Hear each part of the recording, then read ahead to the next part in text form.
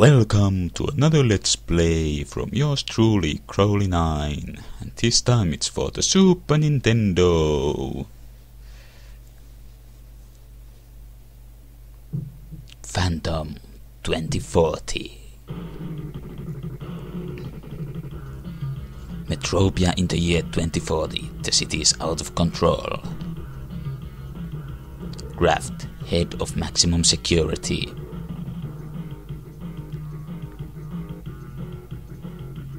Maxwell Jr., son of Rebecca and Maxwell Madison Sr., environmental threat.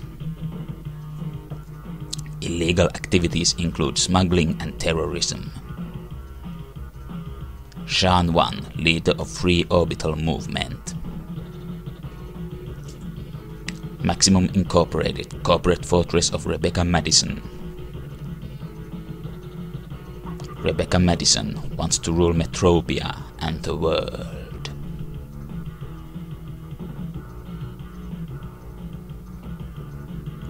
Someone has to care.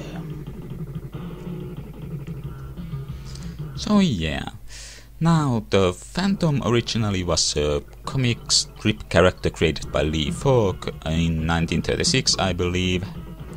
Let's get the options. Well, maximum lives. And well, the origin story goes that in the around the mid 16th century, there was a guy who was traveling on a boat which was attacked by pirates. He was the only survivor shipwrecked off the coast of Africa and decided to dedicate his life to fight against injustice and all that. And then he set up shop in Africa, in a region which later on became the country of Bengala, a fictional one. And the mantle of the Phantom was passed on to father to son, and it led the myth about it, the ghost who walks and who is immortal and can't be killed and so on.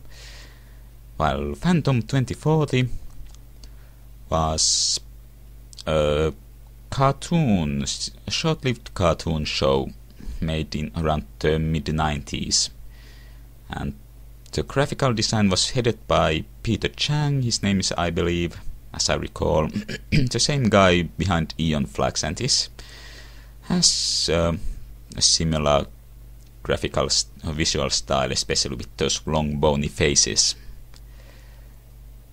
And well, let's get started. And the Phantom leaps off the side of a building to his death. Game over, the end. Chapter 1, On the Road to Extinction.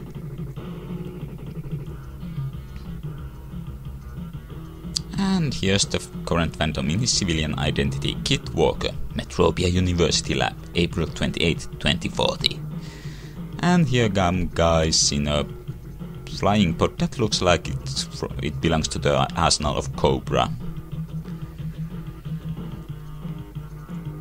Professor Archer, I found an old African relic in the ghost jungle. We'll get to what the ghost jungle is later on. Can you identify it? Later, perhaps. I'm really curious about... I said later. As I recall, you have homework to do, my boy.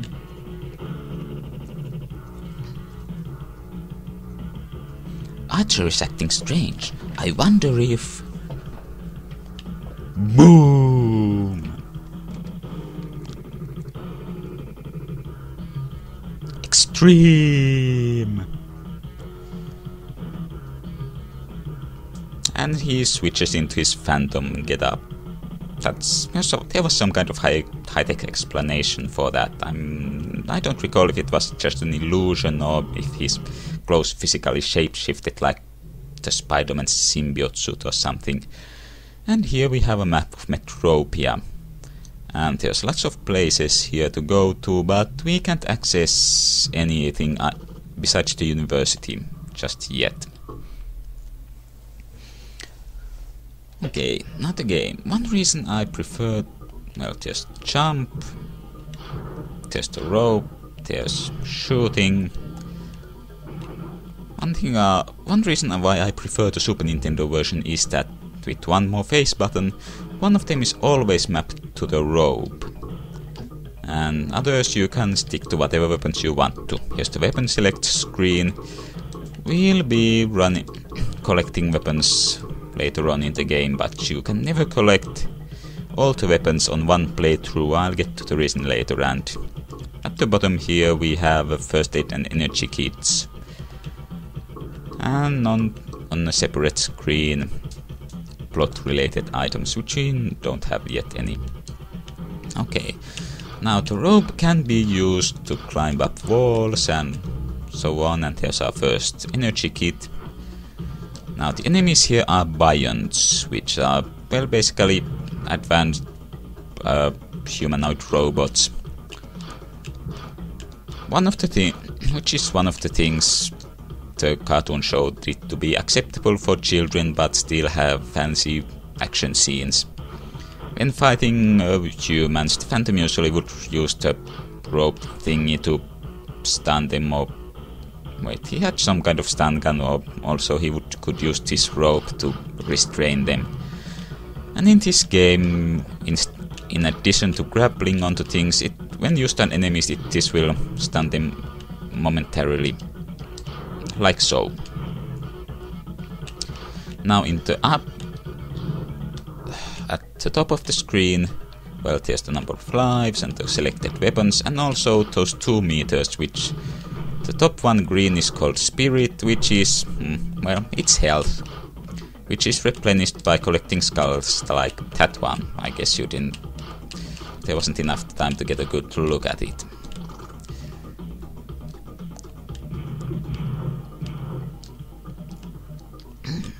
And this game has plenty of secrets, mainly found behind destructible walls and such. And if I just figure out to use the right button. And here we are at the sewer system. Flashing power-ups like that, they will fully replenish energy or spirit or health. I'll just call it health for clarity's sake.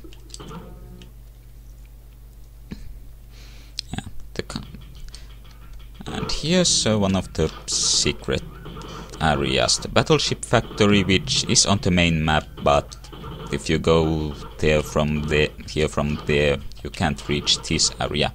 And that machine on the right, that has the number 4 on it, it's a lock, and if you destroy it, it will open up doors marked by the corresponding number.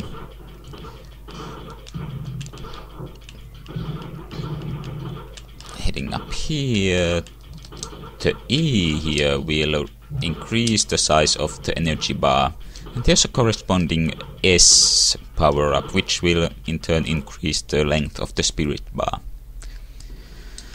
Now, personally I found the cartoon to be quite intelligent, especially for a children's cartoon, which dealt with things like environmentalism, which it did much better than Captain Planet. And, well, there was, the free orbitals movement mentioned in the intro. It's basically a movement for independence for orbital residents, which, I mean, they have a valid and worthy cause, but they advance it through terrorism, which is not something you see in children's show all that much.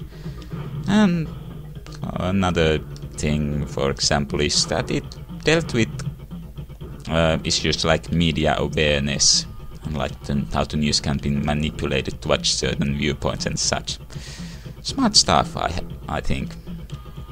Now, the game has about half a dozen branching points, and which will they don't really affect the storyline significantly, but they'll lead you to explore different places, and well, these places have different weapons, so it will also affect what weapons you will collect. And the first branching point is actually right here at the very beginning. We can go left and explore the university more. I mainly went there to get the energy extension, but we can also, to advance the storyline, we can search the place for survivors and ask them what's going on.